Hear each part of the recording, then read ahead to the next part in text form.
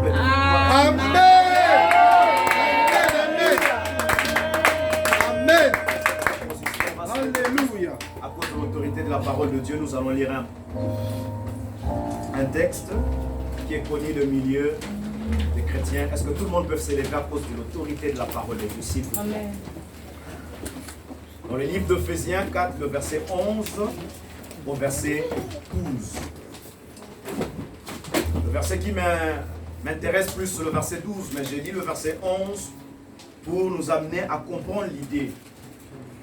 Et il a donné les uns comme apôtres, les autres comme prophètes, les autres comme évangélistes, les autres comme pasteurs et docteurs, pour le perfectionnement de saints en vue de l'œuvre du ministère et de l'édification du corps de Christ. Est-ce qu'on peut acclamer la parole de Dieu? Mon message de cet après-midi, c'est un conseil. Ce n'est pas un message simple, mais c'est un conseil. Avant de commencer, je voulais remercier la prophétesse pour cette marque de confiance qui nous a accordé et nous a alignés dans ce service de cet après-midi. Je la remercie beaucoup. C'est une dame que j'aime beaucoup, une dame de feu. Je ne sais pas si vous pouvez acclamer pour vous.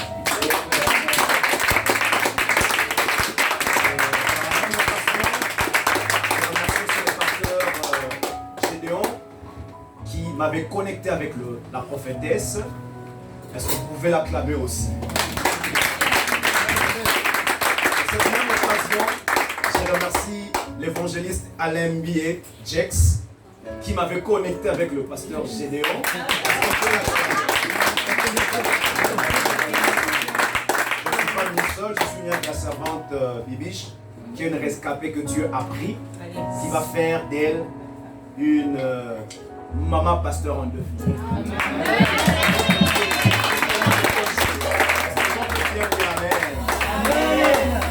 Mon thème de cet après-midi, je l'intitule Le serviteur. Amen. Je vais parler de choses très pertinentes, mais je te demande d'être attentif et attentiste. Dans ce thème, j'ai assigné 2 buts. Mon premier but, c'est d'amener à vous le consacrer, de s'engager au service de Dieu avec connaissance de cause. Parce que la plupart des gens servent Dieu sans savoir comment le servir. Yes. Il y a des gens qui peuvent me dire Amen. Amen.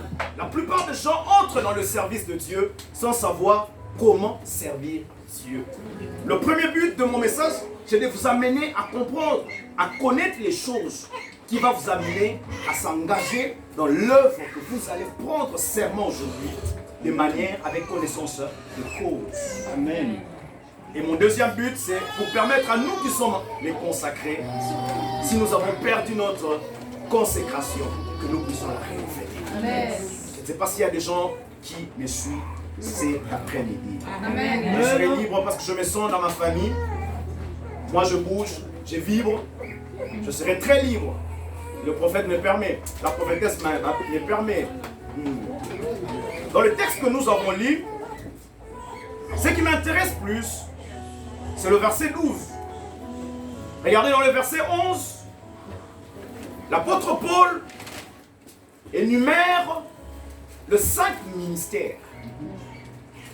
Mais ce qui est très exceptionnel dans ce texte, lorsqu'il finit de citer les ministères, il nous montre quel le rôle le ministère doit faire au sein de l'Église. Amen. Et moi, je vais plus m'attarder là. Parce que mon message de cet après-midi, je vais la partager en 3 parties. La première partie, je parlerai de compréhension du concept du serviteur. La deuxième partie, je parlerai de quelles sont les implications lorsque tu comprends ce concept serviteur. Et la troisième partie, je parlerai d'un principe qu'on appelle le principe managérial. Et vous allez me dire, pourquoi, pasteur, tu vas parler du management à l'église? Parce que toute vision requiert le résultat. Amen. Et comme Dieu, c'est un Dieu de principe, il y a un principe de Dieu qui va amener la vision à atteindre les résultats. Est-ce qu'il y a des gens qui me suivent? Amen. Amen. Mais regardez dans le verset 12. L'apôtre dit, le saint ministère a pour rôle, le mot qu'on a utilisé dans le français courant, on dit le perfectionnement de saint. Mais en grec, le mot ne veut pas dire perfectionnement. Avant d'abord d'évoluer, je vais vous amener à quelque part. Il appelle ces gens saints. Ils sont saints, non pas parce qu'ils ont fait des choses. C'est parce que Jésus-Christ les a déclarés saints. Et lorsqu'il parle de saints ici, il parle de tous ceux qui sont nés de nouveau. Est-ce qu'il y a des gens qui me suivent? Amen. Je veux que tu comprennes quelque chose ce matin, ce soir. S'il les appelle saints, c'est parce qu'ils sont nés de nouveau. C'est-à-dire ce message où le but que le saint ministère fait ne touche pas seulement les ministres, mais ça touche tout celui qui vient à l'église qui est né réellement de nouveau. Amen. Car vous devez savoir une chose. Nous avons deux sortes d'appels. Le premier, notre appel, c'est l'appel au salut. Et lorsque Dieu t'appelle au salut, il y a un deuxième appel que Dieu demande à tout le monde. Et c'est comme cela, Paul, en parlant du saint ministère, il a dit pour le perfectionnement de saints. Le mot perfectionnement en grec veut simplement dire formation. Amen. C'est-à-dire l'apôtre voulait dire simplement le saint ministère a pour rôle de former les gens. Mais lorsqu'il termine, il dit en vue de l'œuvre du ministère. Or, lorsqu'on parle du ministère, ministère veut dire simplement service. Est-ce qu'il y a des gens qui me suivent? C'est-à-dire le rôle du saint ministère, ça a pour but de préparer les saints à entrer dans le service. Parce que le premier appel que Dieu te demande, c'est l'appel au salut. Mais le deuxième appel, Dieu nous demande tous de servir. Et c'est comme cela que dans une église, on ne vient pas dans une église pour s'asseoir, on vient pour servir. Est-ce qu'il y a des gens qui me suivent ce soir? Et c'est pour cela que je voulais parler du serviteur. Que tu en arrives à comprendre, c'est qui les serviteurs selon Dieu. Vous les consacrez aujourd'hui.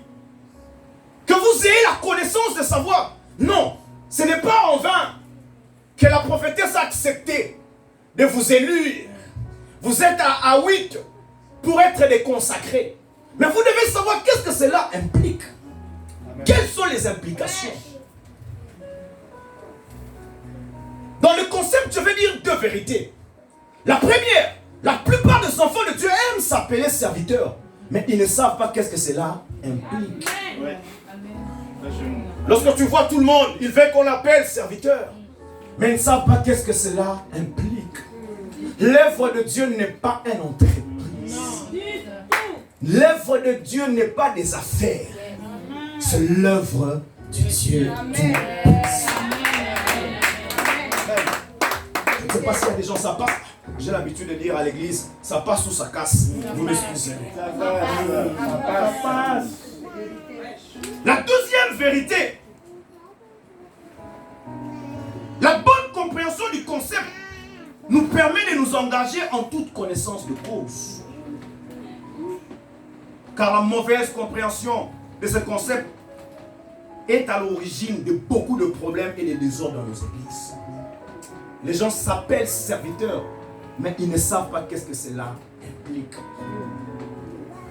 Toi qui me suis, les gens qui me suivent aujourd'hui, c'est vrai, tu es venu à l'église, tu dis je suis que sauvé. Mais sache que Dieu ne veut pas que tu restes sauvé, mais Dieu veut que tu les sers. Mais pour le servir, tu dois comprendre et connaître. Que veut dire donc maintenant serviteur? Je vais prendre un texte. En théologie, il y a un principe qu'on appelle la première mention. Et ce texte m'aide. Pourquoi? Parce que c'est la première de fois que Dieu a appelé un peuple serviteur. On voulait comprendre ce concept. Lorsque Dieu appelait serviteur, qu'est-ce que Dieu avait derrière lui en appelant serviteur? Lévitique 25, le verset 42. Regardez ce qu'il dit. Car ce sont mes serviteurs que je fais sortir du pays d'Égypte. Ils ne seront point vendus comme on vend des esclaves. Ici, Dieu appelle Israël. Je sais que si vous vous rappelez bien, lorsqu'il a envoyé Moïse, il a dit, va dire à Pharaon de laisser mon peuple pour qu'ils aillent faire quoi? Me servir. Amen. Amen. La traversée de la mer, c'était la préfiguration de la nouvelle naissance. La mort avec Christ et la résurrection. Mais dans le désert, Israël devait servir. Mais ici, Dieu appelle Israël, il dit, c'est mon serviteur, Israël. Mais si tu t'arrêtes seulement là, tu ne comprendras pas qu'est-ce que Dieu voulait dire. Mais c'est le dernier paragraphe qui m'intéresse, il dit, ils ne seront point vendus comme on vend des esclaves. Amen. Mais quel rapport y avait-il entre serviteurs et esclaves? Parce qu'il devait dire, ils ne seront pas vendus comme on vend les serviteurs. Mais quel rapport y avait-il entre serviteurs et esclaves? Mais pour comprendre ce texte, descendons un peu dans le verset 55. Maintenant, Dieu commence à expliquer ce qu'il a dit dans le verset 42. Dans le verset 55, il dit, car c'est de moi que les enfants d'Israël sont esclaves. Je ne sais pas s'il y a des gens qui comprennent. Il dit, car c'est de moi que les enfants d'Israël sont esclaves. Amen. Ce sont mes esclaves que j'ai fait sortir du pays d'Égypte. Je suis l'Éternel, votre Dieu. Or, dans le verset 42, il a dit, on ne peut pas les vendre comme des esclaves. Pourquoi on ne peut pas les vendre comme des esclaves? Parce qu'Israël était esclave de Dieu. Oh. Amen. Je vais avancer là. Amen. Qu'est-ce que Dieu veut nous montrer ici?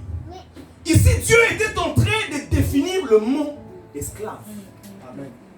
Esclave veut dire simplement serviteur. Yes. Serviteur veut dire esclave. Amen. Je vais me tourner vers vous. Dieu veut te dire aujourd'hui, s'appeler serviteur veut dire esclave. Or, un esclave n'a pas de droit. Il n'a que deux devoirs. Amen. Le grand problème aujourd'hui avec l'église, le problématique, c'est parce que la majorité des gens qui servent Dieu, ils ne savent pas qu'ils sont esclaves. Un esclave n'a pas de droit. Il n'a que des devoirs. Amen. Je vais vous surprendre encore. Regardez, je vous donne l'exemple du prophète Ésaïe. Un jour, le prophète Ésaïe se lève. Dieu lui dit, tu dois marcher nu dans tout Israël. Ésaïe avait 7 enfants. Père et marié. Mais la Bible me dit, ce jour-là, Ésaïe s'est levé, il a marché tout nu en Israël. Pourquoi? Parce qu'il savait que j'étais l'esclave. Je n'ai pas de droit, je n'ai que les devoirs. Amen. Amen. Amen. Problématique que nous avons à l'église. Les gens veulent servir Dieu, mais ils ne veulent pas comprendre qu'ils sont des esclaves. Tu es esclave. Un esclave n'a pas de droit.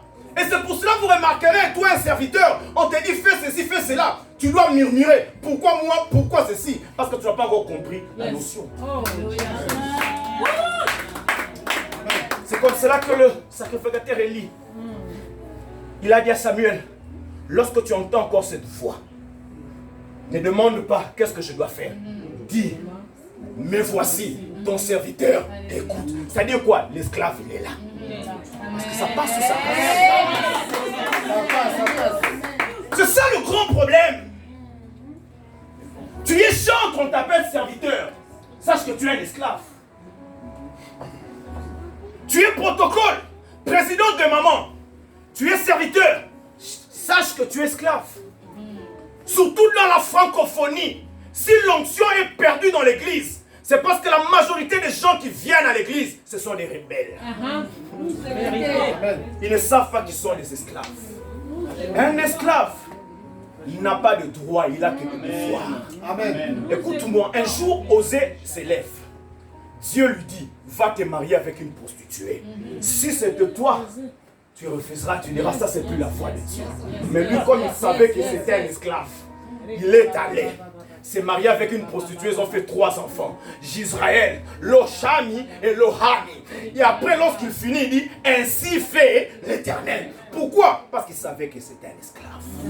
Amen. Amen. Vous êtes des esclaves. Amen. C'est ça le problème de l'Église.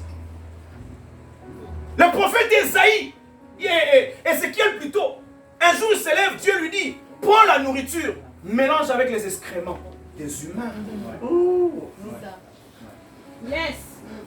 Et c'est comme ça que j'ai compris pourquoi ces hommes et ces femmes envient Dieu dans toute sa zénith. Parce qu'ils avaient compris qu'ils étaient des esclaves. Un esclave n'a que deux voix et non de droit. Amen. Vous qui sommes consacrés, si vous vivez sur ces principes, vous n'aurez pas besoin de crier, mais Dieu viendra. Amen. Parce que notre Dieu est un Dieu de principe. Regardez, lorsque j'en parle, c'est parce que je suis le fruit de ce que je suis en train de dire. Amen. Amen. Regardez le Seigneur Jésus-Christ. Il explique un peu cela, cette notion d'esclave, dans Luc 17, le verset 7 à 9. C'est parmi le texte le plus saugrenu. C'est parmi le texte le plus étonnant. Il dit, qui de vous, ayant un serviteur qui laboure ou paie les troupeaux, lui dira, quand il revient de champ, approche vite et mets-toi à table. Ne lui dira-t-il pas au contraire, prépare-moi à souper, ceins-toi, sers-moi jusqu'à ce que j'aie mangé et bu. Après cela, toi tu mangeras et boiras. Et écoutez-moi bien aimé, Jésus-Christ en parlant, il parlait du serviteur. Amen. Il pose la question, qui de vous? Il a un serviteur. Il lui dira, viens d'abord, il vient de labourer. En fait, ici, on ne se rapporte pas parce qu'on est en France, on va prendre les métros, on va prendre le bus. Rapportons-nous d'abord en Afrique. Celui qui vient de labourer, ou loin de la ville, il rentre fatigué. À la place que le maître lui demande, viens d'abord, repose-toi. À la place que le maître lui dit de se reposer, le maître lui dit d'abord commence à me préparer la nourriture. Tu vois bien aimé. Après cela, c'est alors, là Jésus donnait la notion du serviteur. Qui est ce serviteur? Cet esclave. Église de Dieu, je ne vous mens pas. Si vous vivez dans ces principes, vous verrez la gloire de Dieu. Amen. C'est trop bizarre.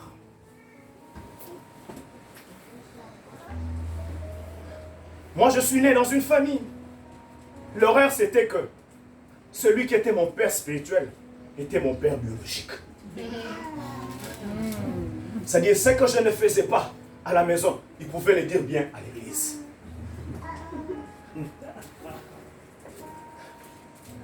Pasteur Gédon, il nous arrivait de fois, il commence une convention.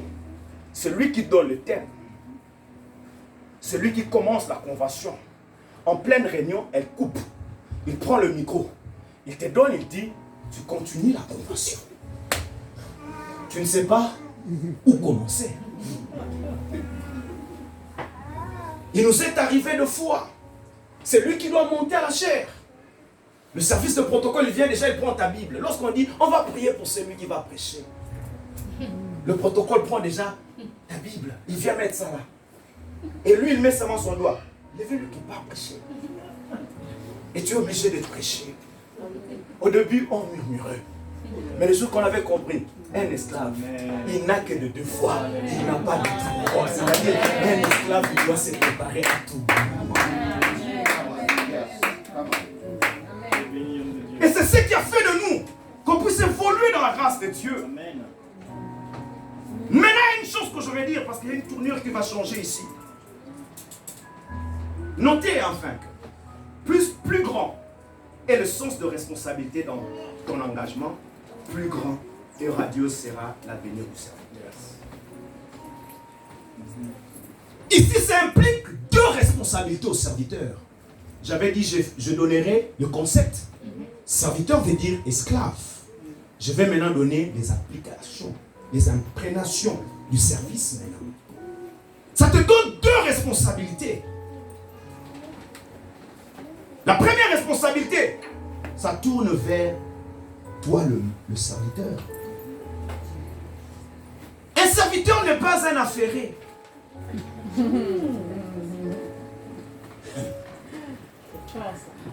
Un serviteur n'est pas un affairé.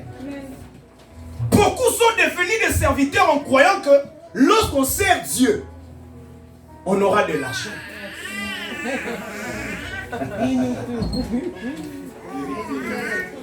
Beaucoup, comme vous êtes consacrés, tu dis comme je vois la prophétesse s'habiller bien, je boufferai les dîmes. Un serviteur n'est pas un affairé. C'est comme cela la première responsabilité. Ça se tourne vers toi-même. Le but majeur du serviteur, le serviteur doit faire son travail avec fidélité. L'une des principes que mon père spirituel m'a appris, de ne jamais regarder les poches des fidèles, de regarder à la providence. Parce que la plupart des gens croient devenir ministre. Bien aimé, j'ai commencé l'église en France. Je vous dirai en France, commencer l'église, c'est pas facile. L'évangéliste te connaît. Je paye la selle de 2000 € moi-même. Servir Dieu, si tu n'es pas appelé, tu vas laisser. Des fois, j'ai hypothéqué mes enfants. Pourquoi? Parce que cet argent, tu dois donner dans l'œuvre de Dieu. Des fois, lorsque toi tu dors, moi je fais des 0 heures à 6 heures. La responsabilité, la première responsabilité, ça se tourne vers toi. Amen. En tant que serviteur, tu dois être porteur de vie. Amen. Amen. Tu n'es pas un affairé. Tu es celui qui doit donner la vie aux gens. Amen. À l'église, j'ai toujours examiné pour voir si ses frères et sœurs, il a Dieu, il sait communiquer la vie de Dieu. C'est lorsque je lui laisse un département. Lorsque tu as la vie de Dieu, tu vas communiquer ça dans le département. Beaucoup de serviteurs, leur œuvre meurt parce que la responsabilité qui tourne en eux-mêmes, ils ne prennent pas ça au sérieux. Un serviteur, il est celui qui donne la vie. Amen. Pour ce fait, le serviteur doit être quelqu'un de prière. Quelqu'un qui doit lire la Bible. Quelqu'un qui marche dans l'obéissance. Et quelqu'un qui vit dans la consécration. Amen.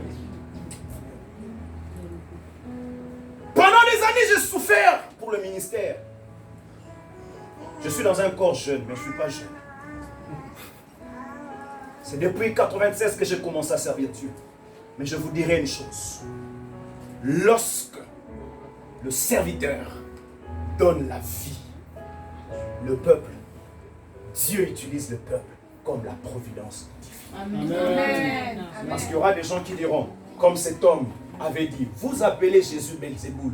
Mais moi, c'est que je sais. Il m'avait dit, prends ton lit, lève-toi et marche. Amen. Amen. Tu dois chercher à porter des vies. Ne regarde pas aux poches des fidèles. Ne regarde pas aux poches des gens qui sont sous toi. Ne prophétise pas pour que tu sois béni. Écoute-moi, la Bible dit Dieu nous a donné gratuitement. Donnons aussi gratuitement. C'est la vie de Dieu que tu communiques qui va te bénir. Amen. Et la deuxième responsabilité, c'est par rapport à ton service. Mais avant d'arriver à ton service, tu dois savoir une chose. La vie de ton service dépend de ta vie aussi. Moins tu as la vie de Dieu en toi, moins ton service sera excellent. Est-ce que ça, je dis à quelqu'un ce matin, ce soir. Amen. Aujourd'hui, les gens veulent s'appeler prophète, pasteur, évangéliste, docteur. Mais est-ce que tu as des temps de consécration personnelle? Est-ce que tu as des temps que tu restes seul à seul avec Dieu? Écoute, il y a certains messages, ça ne vient pas dans la foulée, mais ça vient lorsqu'on est seul à seul avec Dieu. Là où lorsque je me lève, je parle, ça entend le cri d'une personne et ça touche la personne. La personne dit qu'il pleuve, qu'il neige, je ne laisserai jamais ses pasteurs. C'est lorsque la vie de Dieu est là. Amen. Amen.